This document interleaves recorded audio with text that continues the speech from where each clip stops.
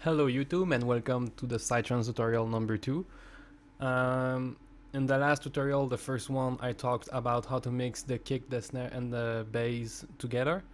And this one will be a follow-up to the first one. It will be within the same track, which is called Rust, which we released like 3 weeks ago or maybe a month.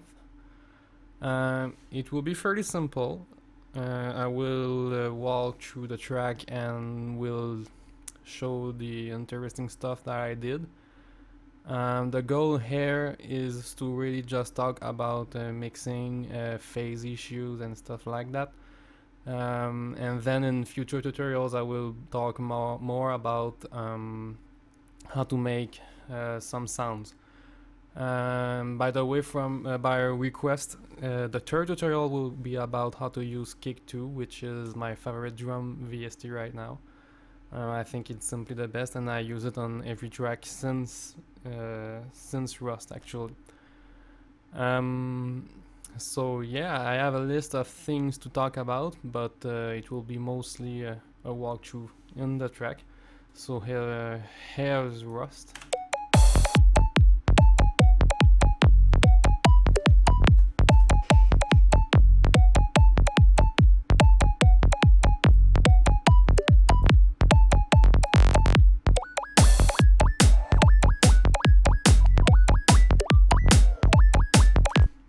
So something to note, I reduced the volume on the master channel because in the first tutorial I didn't do that and the sound was just horrible.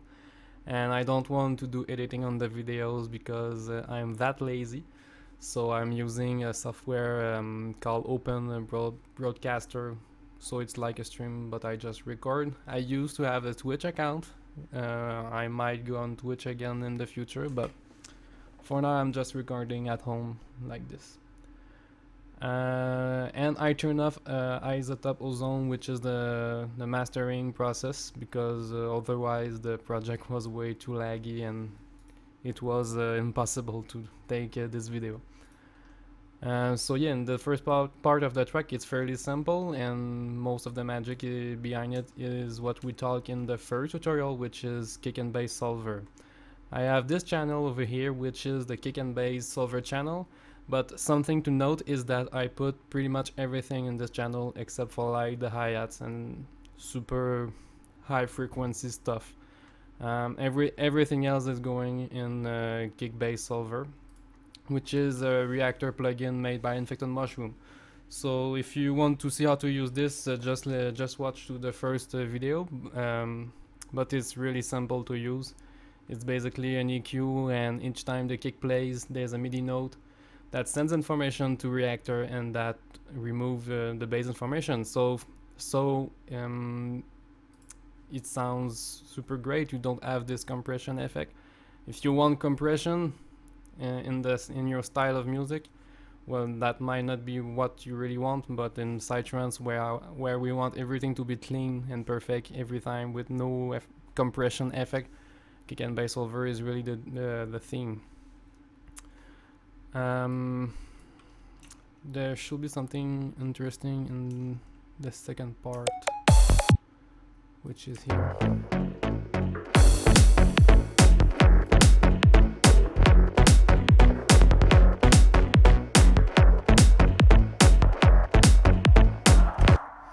So in this part I have a Moog playing a little pattern.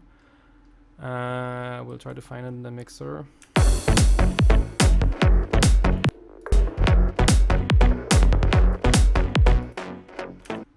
So it's this one. Something that I like to do is when I have a stereo sound that has a lot of low frequency information, I will make two channels. I have the first one, which is the Moog playing twice and pan left and right, which is this one. But since I want to play this track in clubs and stuff like that, I want it to sound really good in mono. And if I was simply using the bass information from this channel, when playing in mono, there will be phase cancellation. So what I did is that I removed with an EQ the bass information, and I recorded a third pattern that I've put on this channel, which is just the bass information. And when you play them together, it's seamless. And when played in mono, it sounds good, which is what you want. And of course, I don't want to compete with the bass and the kick, so I don't put all of the bass. I put only like the information that I want, the warm information. I like to call this the warm spot, around 200 hertz up to maybe 500. That's where I will mix my hot instruments, if you want.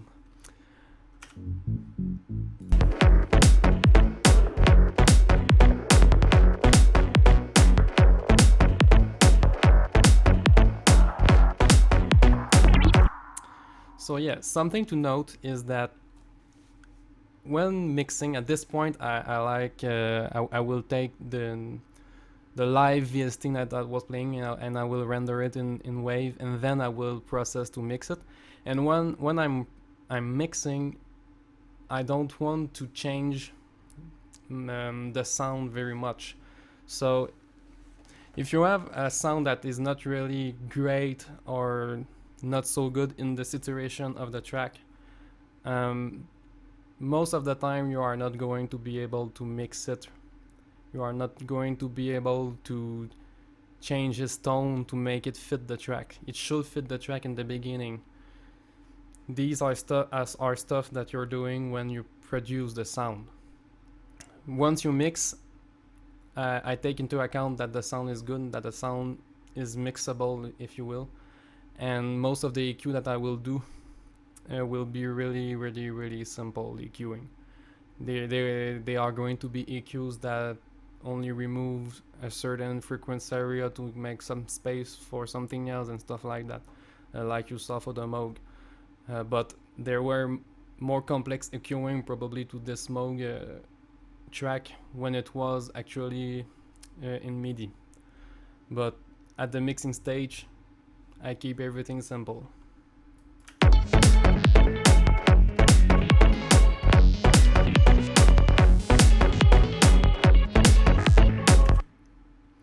So there's a piano with a lot of effect going on here.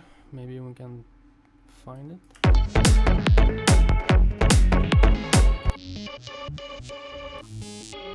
So this was originally a piano.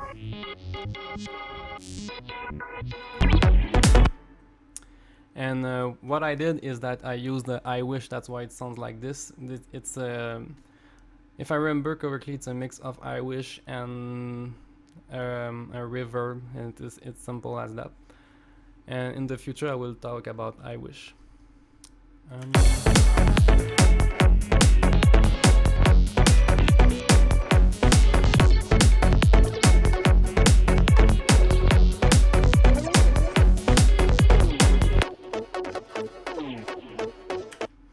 Something that I love is to use a plugin called OTT or OT. I don't know how to pronounce this.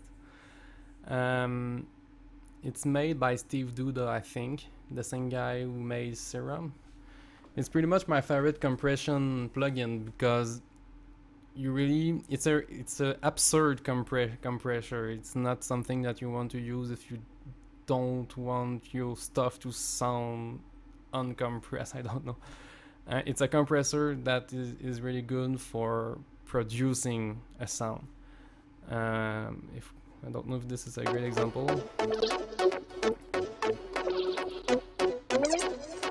This is a really soft example, but you can hear what it does. It will take some details in your sound that are really far back, and they will push them right in your face, you know, like you can hear here.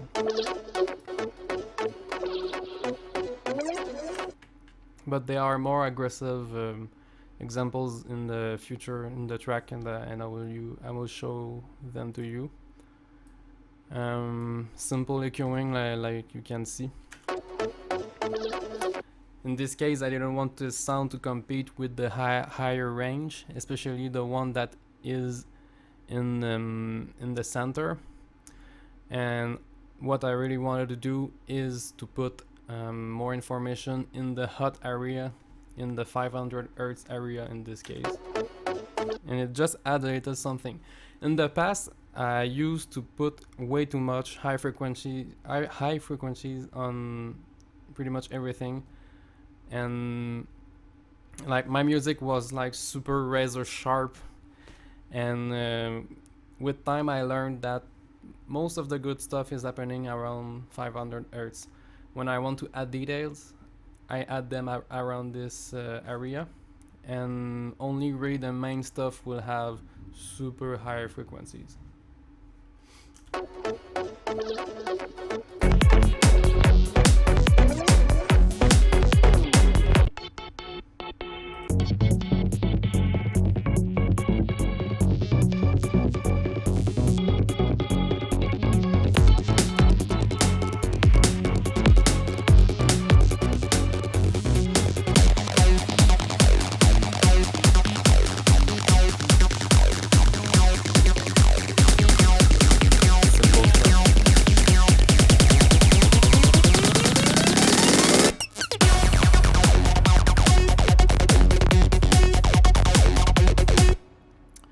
And by the way, all the magic thanks to Infected Mushroom is the kick and bass solver.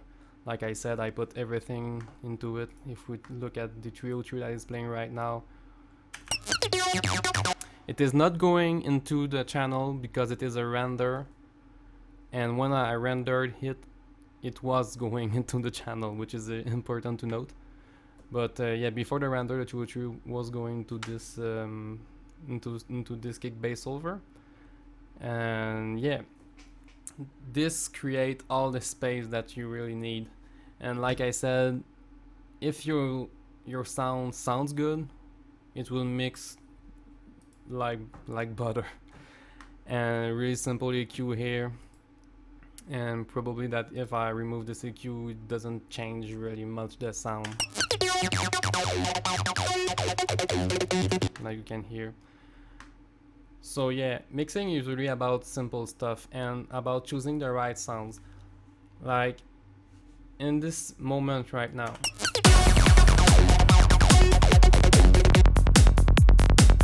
I don't need much sound to make it sound heavy. It's the 303, it is the lead instrument, and it takes all the space. If I remove it like I did, it's just a simple beat with a quick bass.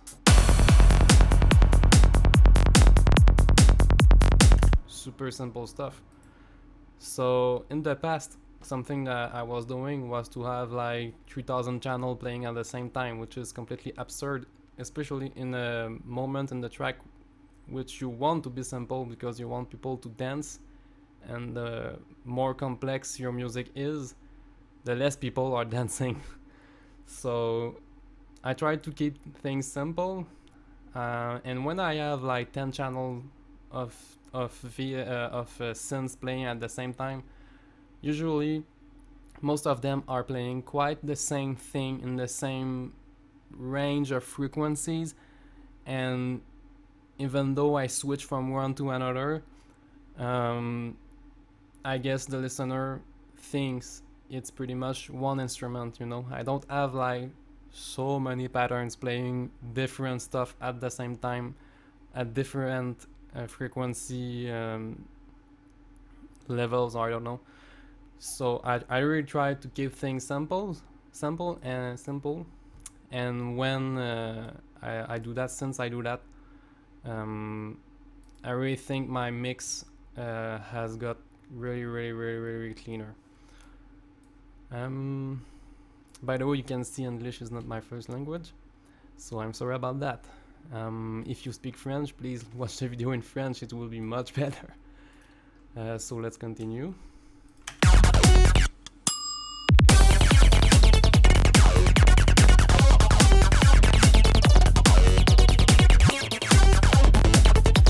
By the way, this was really just a sample from a YouTube video. I think we like googled an oven sound, and we took like the first good one we found on YouTube, and it doesn't have much EQ. Um,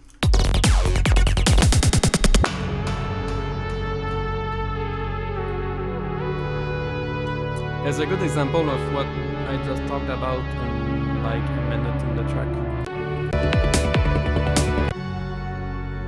Actually, there's a build-up.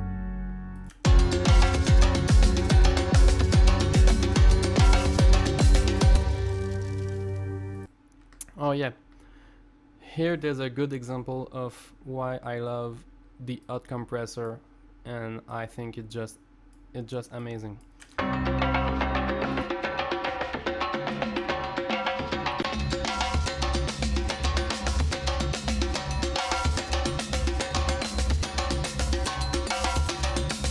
So yeah, here on these drums I use the hot compressor, and it really makes the sound, and it's just amazing. When you use hot right, it's just amazing. It sounds right all the time. At first, you think that it is way too aggressive of a VST, but what you need to do is to simply use it's to get what you the little sound that you really want to get, and once you have this sound, even if it sucks right now, you just remove a bit of depth and you will get back the natural sound, but with the little sauce.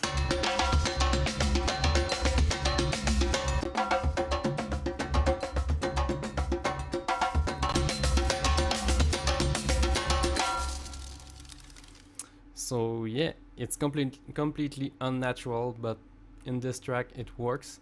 And yeah, you have the depth parameter, which sounds like this.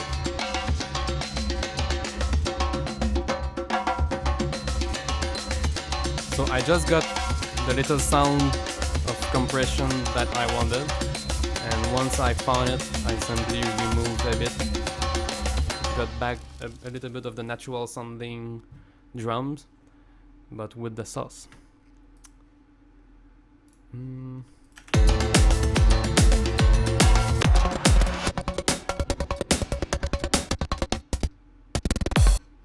Here I'm using a gating plugin.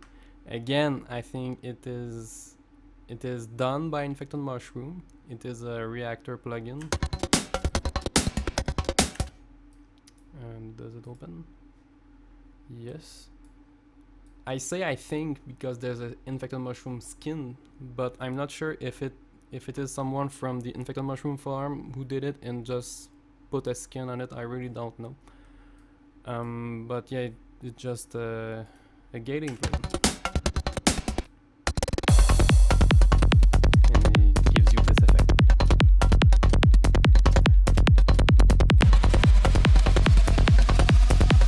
And it uses MIDI to control the gating.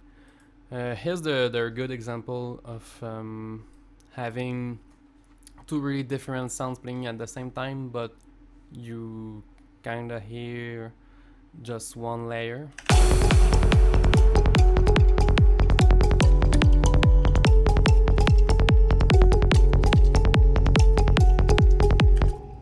So this is a piano with some weird omnisphere stuff. So this is the piano with again hot.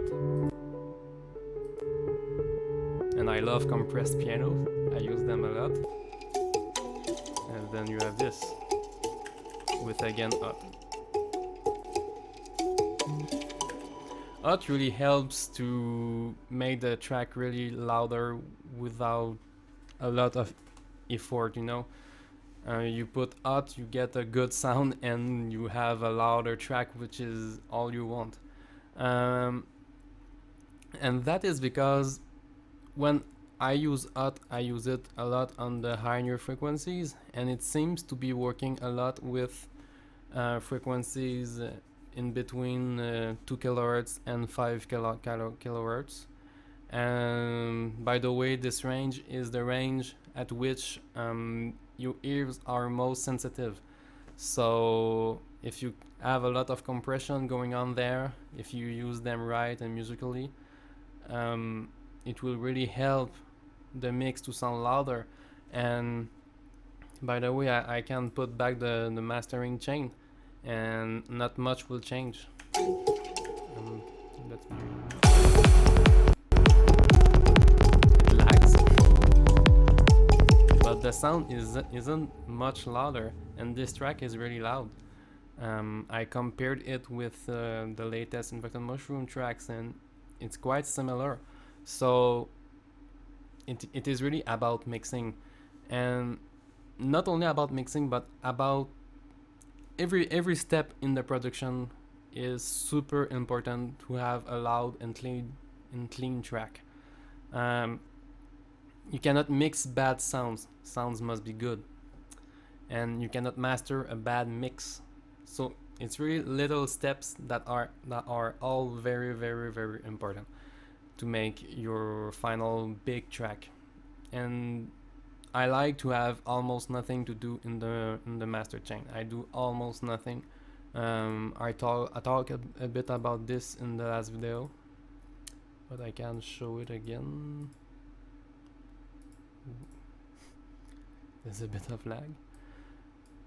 Like I said in the last video, there's almost nothing. I thought the track was too bright, so I removed just a little bit of high frequencies, and I used a multi-band compressor just a little bit because I like to work especially the bass.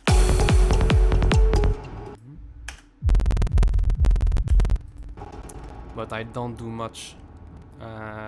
It gains like only 0.8 dB, which is really not a lot, and many people actually don't use a multi-band compressor on the master. And then you have the limiter, which is at 0 because the mix is already loud, so his job is simply to ensure the mix is not going over 0 dB, and the algorithm that it is using is, to me, better than if I was not using isotope. So yeah. And by the way, it might sound different from the final version because, like I said, I've put the volume way down. But yeah.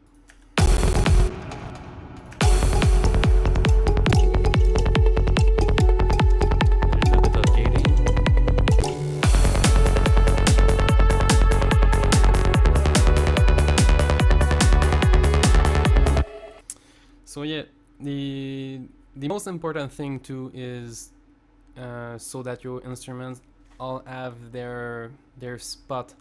When I have multiple layers at the same time, the important one will own its spot. Like here is it's the lead, and the lead is like the only thing at that moment that is playing at these frequency range, which are probably like 300 to 500 hertz.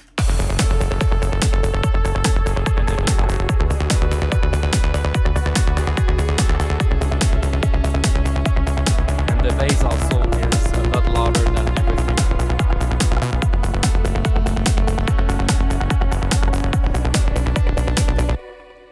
And less is more. Like there's like 2 layers here. There's the lead and there's the choir.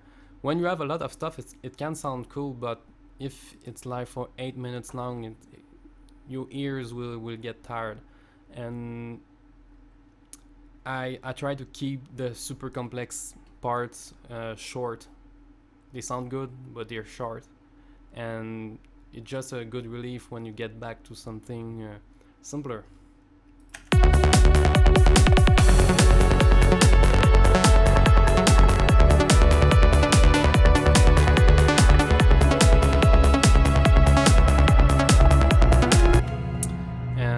Also something that I talked about in the first video, which is about the bass, but that makes so much difference, is that I record them individually. So if I have, for example, F sharp playing at a certain cutoff level, it will be the same F sharp at that cutoff level in all of the track. And if I want another F sharp in the same octave but with a different cutoff level of the filter, I will record it again and use that one all the time, and it goes on like this. Why I do this? Because I have total control on how the bass will sound, and in Psytrance is like super important. I have control, like you can see here on the release. If it was a VST playing live or just a big recording of the Arduino lead that I used, I will have no real control on the release, and sometimes there are glitches because you will play the same note twice, but there's a glitch. It happens with MIDI, and the note that you retrigger is not in perfect position or will not sound in exactly the same. And something else that it is good for is to keep the phase of the bass, because a synth will be random and the phase will be different every time the note plays. Here it's the same thing all the time, and it really does make a difference.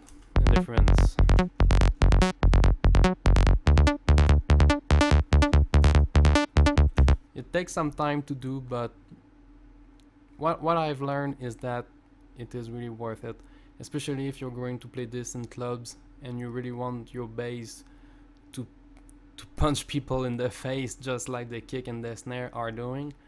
It will really make a difference.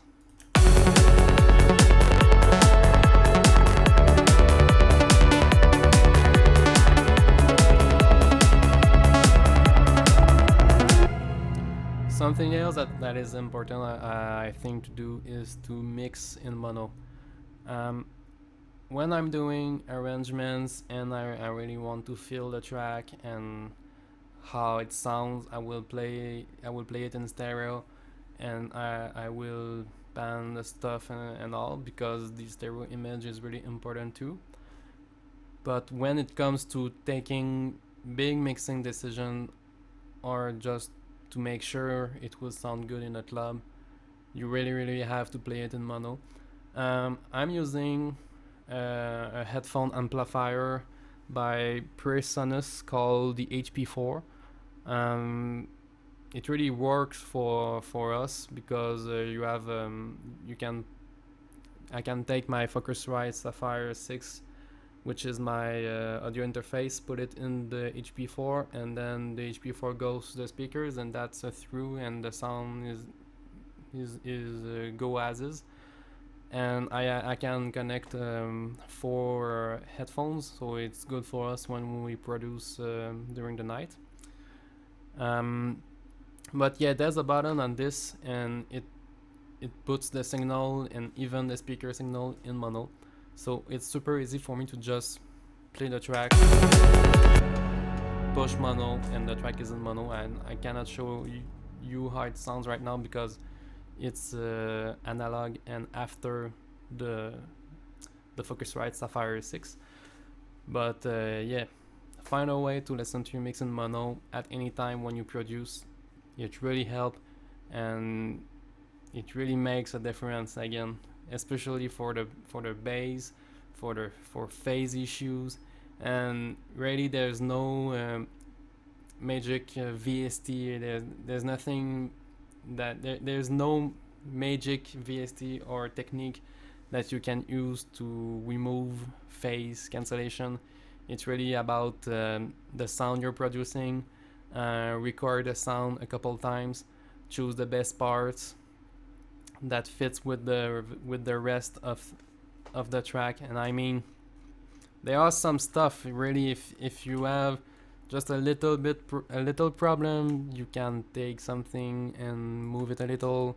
There's some tricks you can do, but what I found is that in making electronic music, there's no magic. You listen in mono, take decisions in mono, always listen in mono all the time, and try to not, if you want to record a sound twice and put one left, put one right, you have the same sound, you will have phase cancellation. It will just happen, and something you can do is like I did in this track we saw earlier. I recorded a mode and I've put it left, right, and one in the center, so there will be no phase cancellation. And that's the only magic trick you can do. Other than that, is to simply pan stuff around and not trying to create has effects or stuff like that. So keep it simple, really. It's the magic in in making music, and that's pretty much it for this track.